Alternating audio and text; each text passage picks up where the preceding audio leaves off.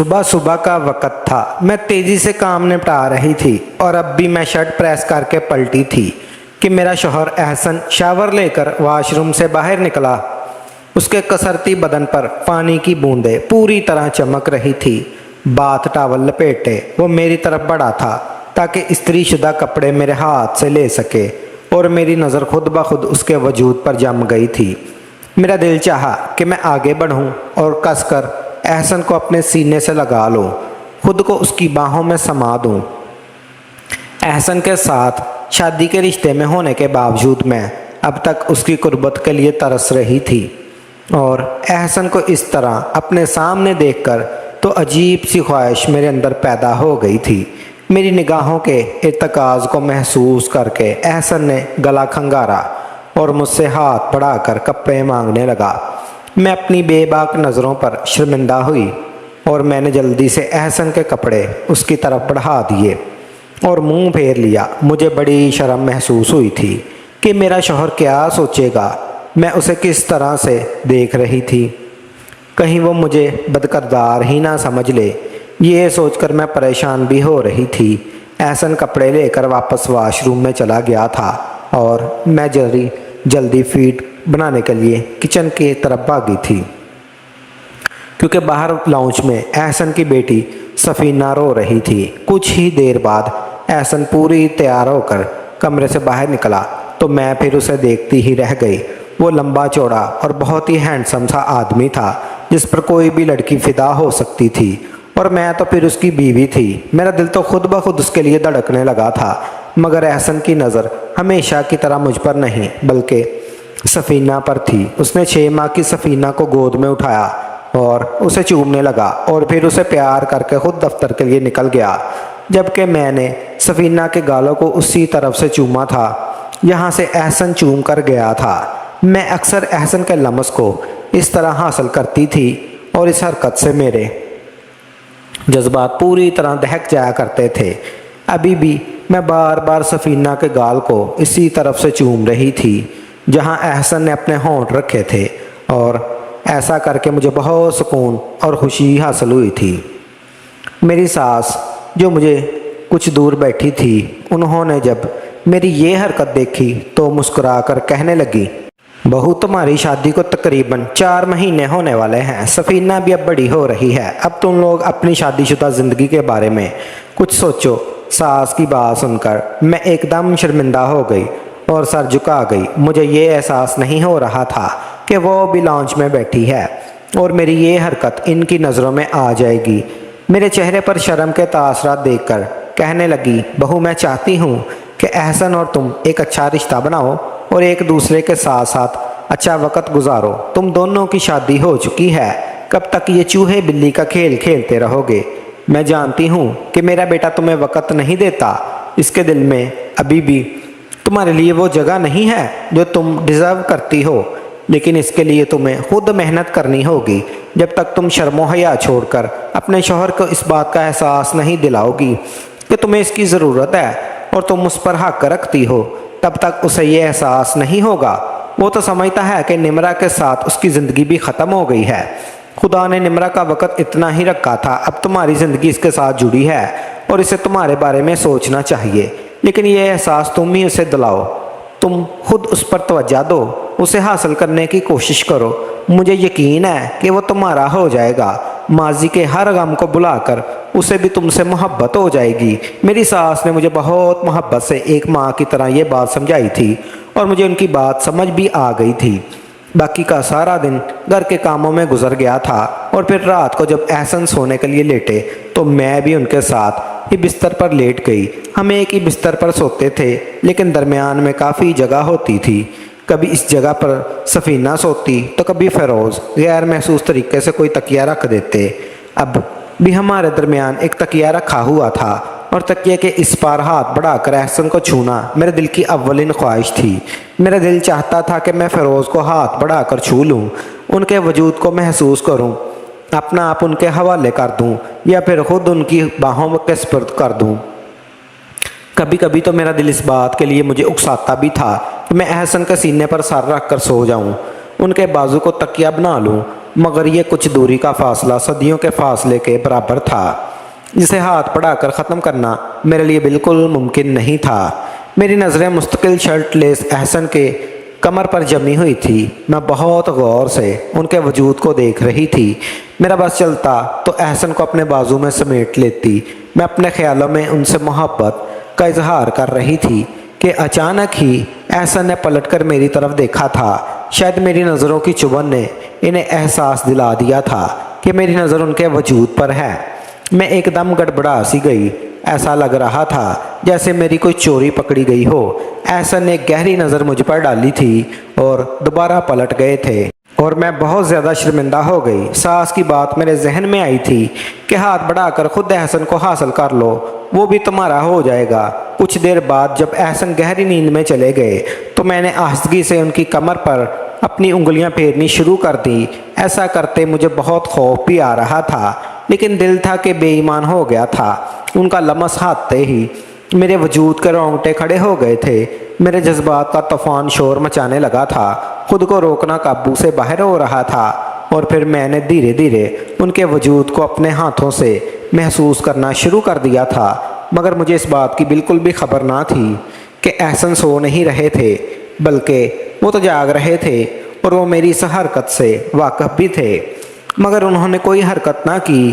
तो इस बात का खुलासा सुबह हुआ था जब मैं अहसन की शर्ट प्रेस करके उनके हाथ में देने लगी तो वो अजीब सी नज़रों से मुझे देखते हुए कहने लगे कि रात शायद तुम्हें नींद नहीं आ रही थी, इसलिए तुमने मेरी नींद भी उड़ा दी। मैंने एकदम से अहसन की आंखों में देखा तो वहाँ एक अजीब सी चमक आई हुई थी और मैं जान गई थी कि रात को वो जाग रहे थे और उनकी नज़र से नज़र मिलते ही मेरी जान निकल ली थी। मैं इस कदर शर्मिंदा हुई थी कि तेज़ी से कमरे से निकल गई थी। अपने ही शौहर को छू कर खुद से नज़रें चुराने वाली मैं शायद पहली बीवी थी। ईमान अहसन, जिसके लिए अपने हसन को पाल लेना भी एक ख्वाब था, निकाह के 3 बोलों के बावजूद भी दरमियान के फासले मिटा देना 2 समुद्रों को मिला देने के बराबर था। कमरे से बाहर निकलने के बावजूद भी मेरे पाँव हाथ कपा रहे थे। समझ नहीं आ रहा था कि मैं अहसन से किस तरह नज़रें मिला सकूंगी। रात जो हरकत मैंने कर दी थी उसके बाद तो अहसन के सामने जाते हुए भी मेरी जान निकल रही थी। मुझे खुद पर गुस्सा आ रहा था। मैं अपने आप पर काबू क्यों नहीं रख सकी। मैं तेज़ी से नाश्ता तैयार करने लगी तो मेरी सास ने मेरे चेहरे के बदलते रंग पढ़ लिए थे। कहने लगी, क्या बात है बहू। मैंने सर झुकाया तो वो बोल उठी कि देखो बहू, आखिरी बार तुमसे कहूँगी, इससे पहले कोई और औरत निमरा की जगह ले। तुम अपनी बीवी होने का फ़र्ज़ निभाओ और अपने शौहर को अपनी तरफ कर लो। वैसे भी मैंने सुना है कि अहसन के इर्द गिर्द दफ्तर बहुत ही लड़कियां घूमती हैं। वो जवान और हसीन है। उसे अगर निमरा जैसी कोई और मिल गई तो तुम्हारा क्या होगा। तुम शर्मो हया के पर्दों में लिपटी रह जाना और कोई तुम्हारी जगह हासिल कर लेगा। अहसन का दिल टूटा हुआ है। वो बिखरा हुआ शख्स है। जो भी उसे समेटेगा वो उसका हो जाएगा। तो फिर तुम क्यों उसे नहीं समेट लेती। ऐसा ना हो कि बाद में तुम्हें पछतावा हो। सास की बात सुनकर मैं घबरा गई थी और मैंने फैसला किया था कि आज रात को ही मैं अहसन को अपनी जानब खींचने की कोशिश करूंगी। थोड़ी देर पहले वाली शर्मिंदगी को भूलकर मैं फिर नए मंसूबे बना रही थी।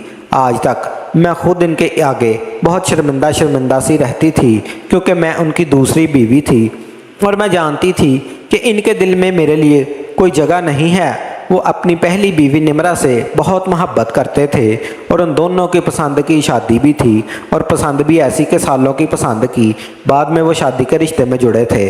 दोनों एक ही यूनिवर्सिटी में पढ़ते और वहीं इन दोनों की मोहब्बत हुई थी और फिर वो दोनों शादी के रिश्ते में बंधे गए थे।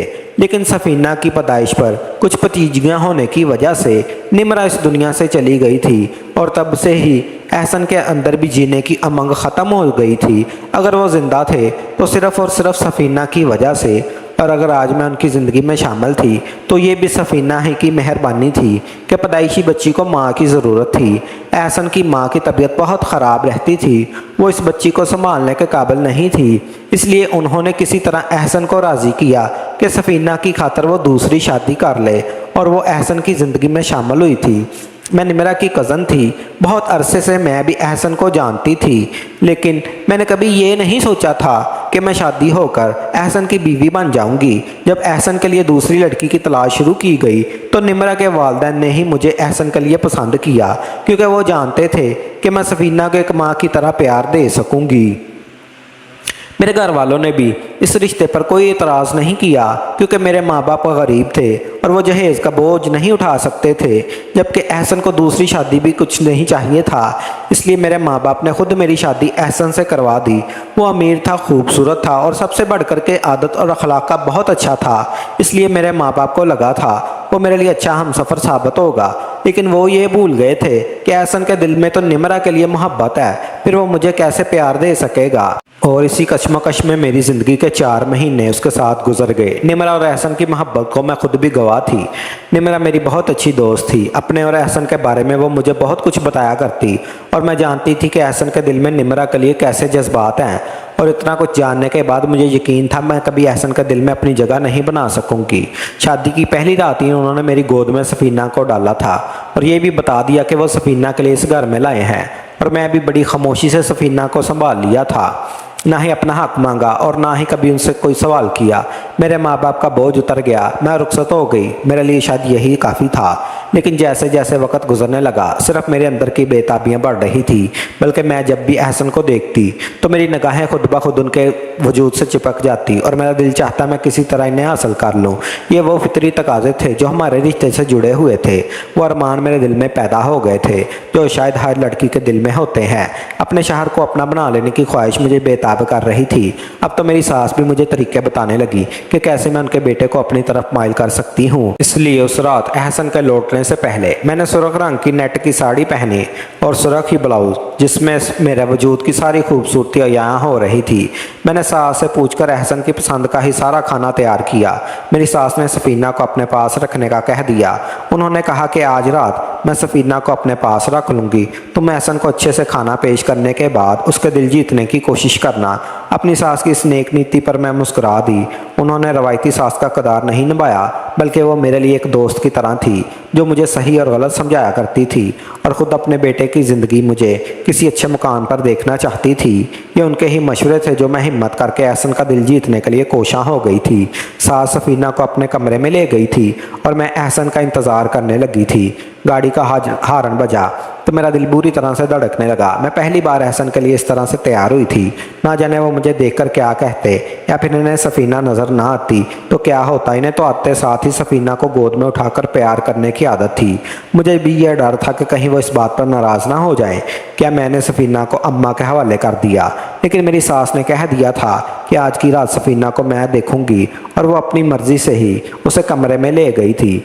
मगर अब मेरा दिल घबरा रहा था कि कहीं एहसन को ये ना लगा कि मैंने सफीना को जानबूझकर सास के हवाले किया है या मैं कोई सौतेली माँ वाला किरदार निभा रही हूँ। फिरोज़ घर में दाखिल हुआ तो लाउंज में कैंडल जलती देखकर हैरान हुए और फिर छोटे छोटे कदम उठाते हुए टेबल तक आए तो वहाँ उनकी मनपसंद का खाना सजा हुआ था। सारी लाइटें बंद थी, कैंडल जल रही थी। और फिर जब मैं उनके सामने आई तो कितनी ही देर वो मुझ पर नज़र जमाकर खड़े रहे, मुझे गौर से देखते रहे और फिर पूछने लगे क्या बात है, ये सब क्यों किया। उनकी बात पर मेरी ज़ुबान लड़खड़ा गई थी। मैंने ये कह ना सकी कि आपके लिए किया, मुझसे तो कोई जवाब ही नहीं बन पड़ रहा था। एहसन की निगाहों की तपश मुझे अपने वजूद पर महसूस हो रही थी। मैं बस अपनी उंगलियों को मड़ोड़ रही थी और अपने दांतों से अपने लबों को काट रही थी। मेरी इस हरकत को देखकर एहसन मेरे करीब आए और मेरे बालों को उंगलियों से पीछे करते हुए कहने लगे, ये सब तूने मेरे लिए किया। उनकी आवाज़ जज्बात की शिद्दत से बोझल थी और मेरी जान निकल रही थी। मैंने बड़ी मुश्किल से हाँ में सर हिलाया तो उनके चेहरे पर मुस्कुराहट आ गई। कहने लगे, आज मैं बहुत थका हुआ था, लेकिन अपनी मनपसंद का खाना देखकर मेरी सारी थकावट दूर हो गई और तुम भी बहुत खूबसूरत लग रही हो। उनकी नज़रें धीरे धीरे मेरे वजूद का अहाता कर रही थी और मैं शर्म से चूर हो रही थी। फिर एहसन ने मेरा हाथ पकड़कर मुझे अपने साथ बिठा लिया और कहने लगे, चलो खाना खाते हैं, मुझे भी भूख लग रही है। एहसन ने मोहब्बत से पहला नवाला बनाकर मेरे मुंह में डाला। फिर हम दोनों ने एक साथ खाना खाया। उसी दौरान उन्होंने सफीना का भी पूछा था। मैंने बता दिया था कि वो सास के कमरे में सो रही है। ये सुनकर उन्हें तसल्ली हो गई थी। फिर जब मैं कमरे में आई तो एहसन फ्रेश होकर लेट चुके थे। मैं जानबूझकर उनके करीब होकर लेट गई। आज उन्होंने भी दरमियान में कोई तकिया ना रखा था। मेरी हरकत पर उनके चेहरे पर मुस्कुराहट आ गई। वो पलटकर मेरे चेहरे को गौर से देखने लगे और फिर उन्होंने ऐसी बात कही कि मैं कुछ शर्मिंदा हो गई। कहने लगे, मैं जानता हूँ कि तुम मुझसे बहुत कुछ एक्सपेक्ट करती हो। तुम्हें एक आम औरत की तरह अपने शौहर का साथ और उसकी तवज्जो और मोहब्बत चाहिए, लेकिन मैं तुम्हारी तरफ हाथ बढ़ाता हूँ तो मुझे निमरा की याद आती है। मैं कैसे इसके साथ बेवफाई कर सकता हूँ? मेरे औलाद को जन्म देते हुए वो इस दुनिया से चली गई, मैं कैसे उसे भूलकर तुम्हारा हो जाऊँ? ये शादी मैंने सिर्फ और सिर्फ सफ़ीना की खातिर की थी, और ये बात मैंने तुम्हें शादी से पहले ही बता दी थी। एहसन की बात मेरे दिल को बुरी तरह से तोड़ा था। मैं नज़रें चुरा गई थी। मुझे लगा था कि मेरी हर कोशिश नाकाम हो गई। शायद मेरी ये गलती थी जो मैं निमरा की जगह लेना चाहती थी, लेकिन एहसन ने आगे बढ़कर अचानक से ही मेरी गर्दन पर अपने लब रखे थे। फिर वो कहने लगे, मैं निमरा की खातर तुम्हें तुम्हारा हक ना दूँ तो ये भी ज़्यादती होगी। अगर तुम मेरे वजूद को हासिल करना चाहती हो तो मैं तुम्हें तुम्हारा हक देने को तैयार हूँ, लेकिन मेरा दिल शायद मेरे साथ ना हो। आज भी मेरी धड़कनों में निमरा का ही नाम गूंजता है। ये कहकर एहसन ने धीरे से मुझे अपने करीब करना चाहा था और मैंने उनका हाथ पकड़ लिया था। मैं बिस्तर पर थोड़ा पीछे हट गई और कहा, मुझे इस तरह आपका साथ नहीं चाहिए कि आपके दिल में आपके इख्तियार ना हो और आप ज़बरदस्ती अपने वजूद को मेरे हवाले कर दें। जिस दिन आपका दिल मेरे लिए धड़कने लगेगा उस दिन आप मेरे पास आइएगा, मैं भी आपको सीने से लगा लूँगी, लेकिन उस तरह आधा अधूरा वजूद मेरे किसी काम का नहीं। मैं आपके जिस्म पर नहीं, आपके दिल पर, आपकी रूह पर काबज़ होना चाहती हूँ। मैं बिस्तर छोड़कर उठ गई थी और वो वाशरूम में जाकर खुद को शावर के नीचे खड़ा कर दिया था। आंखों से आंसू बह रहे थे। मैं जानती थी कि निमरा की मोहब्बत का हसार किस कदर मजबूत है। उसे तोड़ना इतना आसान नहीं था। मुझे सालों के लिए इंतज़ार था। मैंने अपनी साड़ी तब्दील करके सादा सा सूट पहन लिया था और ख़ुद सास के कमरे में जाकर सफ़ीना को गोद में उठा लिया था। मेरी सास ने मेरा बदला हुआ लिबास देखा तो कहने लगी, क्या हुआ, सफ़ीना को लेने क्यों आई हो? मेरी आंखों में आंसू जब मिलाने लगे। मैंने कहा कि इतनी आसानी से एहसन को हासिल करना मुमकिन नहीं। उनका वजूद मेरा भी हो जाए तो उनका दिल कभी मेरा नहीं होगा। मेरी सास ने मेरे दुख को पढ़ लिया था। वो बिल्कुल खामोश हो गई थी और मैं सफ़ीना को उठा कर ले आई थी। मैंने उसे अपने और एहसन के दरमियान लटाया तो एहसन ने फ़ौरन उसके गालों पर अपने होंठ रख दिए। वो सोती हुई सफ़ीना को प्यार कर रहे थे और उनके अंदर के जज्बात उनकी मोहब्बत की आंखों में नज़र आ रहे थे, और मैं बिल्कुल ऐसा ही अपने लिए भी चाहती थी। मैं गौर से एहसन और सफ़ीना की मोहब्बत को देख रही थी और फिर सोचते सोचते नींद की वादियों में उतर गई कि ना जाने वो कब दिन आएगा जब एहसन मेरे होंगे। मैंने सोच लिया था मैं अब सिर्फ सफ़ीना की माँ बनकर रहूँगी। एहसन की मोहब्बत का ख्याल अपने दिल में ना लाऊंगी। अगली सुबह मैं बिल्कुल खामोशी से अपना काम कर रही थी। एहसन ने एक सरसरी नज़र मुझ पर डाली थी। शायद वो मेरे दिल की हालत से वाकिफ़ थे, इसलिए उन्होंने ज़्यादा कुछ तो नहीं कहा था। लेकिन जब दफ्तर के लिए निकलने लगे तो जाते जाते कह कर गए, शाम को तैयार रहना, मैं तो मेरे सफ़ीना को शॉपिंग के लिए लेकर जाऊँगा। यह सुनकर मुझे खुशी हुई थी और फिर मैं शाम को जल्दी से तैयार होकर उनके इंतज़ार में बैठ गई थी। शाम को जब एहसन दफ्तर से वापस आए तो मुझे और सफ़ीना को बाहर ले गए। हम उससे पहले भी शॉपिंग पर गए थे, लेकिन एहसन ने हर चीज़ सफ़ीना के लिए ली थी। मुझसे भी कहा था अगर मैं कुछ ख़रीदना चाहूँ तो ख़रीद लूँ, लेकिन मैंने जो कुछ भी नहीं लिया था। अब की बार शॉपिंग पर पहुँचे तो एहसन ने सबसे पहले लेटिन शॉपिंग का रुख किया, फिर मेरे लिए कपड़े पसंद करने लगे और ये देखकर मैं हैरान रह गई। मैंने उनसे पूछा क्या कर रहे हैं तो कहने लगे, कब से तुम नहीं चाह रही जोड़ों में घूम रही हो, तुम्हारे पास ढंग के कपड़े भी नहीं, इसलिए मैंने सोचा कि आज सफ़ीना की नहीं तुम्हारी शॉपिंग की जाए। और फिर एहसन ने मेरे लिए पसंद के काफ़ी सारे कपड़े लिए। मैं पहली बार एहसन की पसंद की चीज़ें अपने लिए ख़रीद रही थी और मुझे बहुत खुशी हो रही थी। और फिर एहसन ने अचानक ही एक ऐसी चीज़ मेरे लिए ख़रीदी कि मैं दंग रह गई। वो बहुत ही खूबसूरत स्याह रंग की नाइटी थी।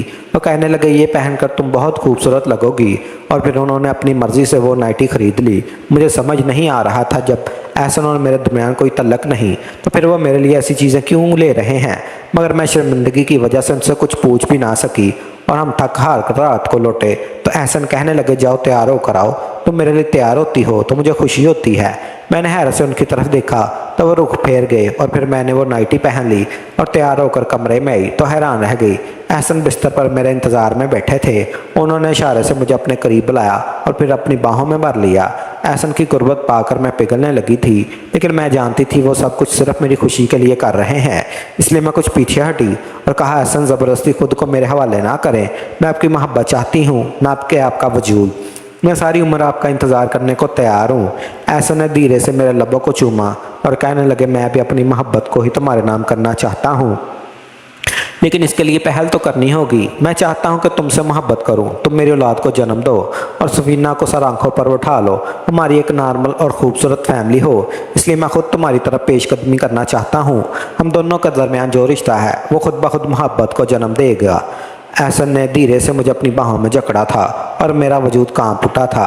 मेरी पलकें लरज़ रही थी और मैं एहसन से नज़रें चुरा रही थी। शादी के 6 महीने बाद हमारे दरमियान के फासले मिटने जा रहे थे, इसलिए मेरा वजूद लरज़ रहा था और एहसन धीरे धीरे मेरी हर टशनगी को मिटा रहे थे।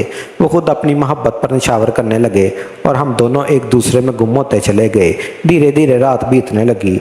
एहसन ने सारी ही रात मुझे अपनी मोहब्बत के आसार में जकड़े रखा था और सुबह तक मैं थक कर चूर चूर हो गई थी। सुबह के वक़्त कहीं जाकर एहसन ने मुझे सोने की इजाज़त दी थी और फिर मैंने एहसन की बाहों में ही आंखें बंद कर ली थी। अगली सुबह मेरी और एहसन की ज़िंदगी की खुशगवार सुबह थी। एहसन ने मुझे सीने से लगाकर मेरे माथे को चूमा था और दरमियान शादीशुदा ज़िंदगी की शुरुआत हो गई थी। मैं एहसन की इस मोहब्बत पर ना सिर्फ खुश थी बल्कि खुदा का शुक्रगुजार थी। मेरी मोहब्बत, मेरी अतात और मेरी खिदमत ने एहसन के दिल में मेरे लिए जगह पैदा कर दी थी। मैंने सफीना को भी मोहब्बत से सीने से लगा लिया था। मैं उसे सच में बहुत मोहब्बत करती थी और मैंने एहसन से वादा किया था मैं कभी इसे निम्रा की कमी महसूस नहीं होने दूंगी।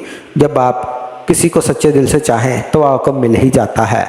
मैंने भी शादी के रिश्ते में जुड़ने के बाद एहसन से सच्चे दिल से मोहब्बत की थी। उसकी खुशी को अपनी खुशी समझा था, उसके हर गम को अपना गम माना था और इसलिए एहसन ने बिलाखिर मुझे कबूल ही कर लिया था।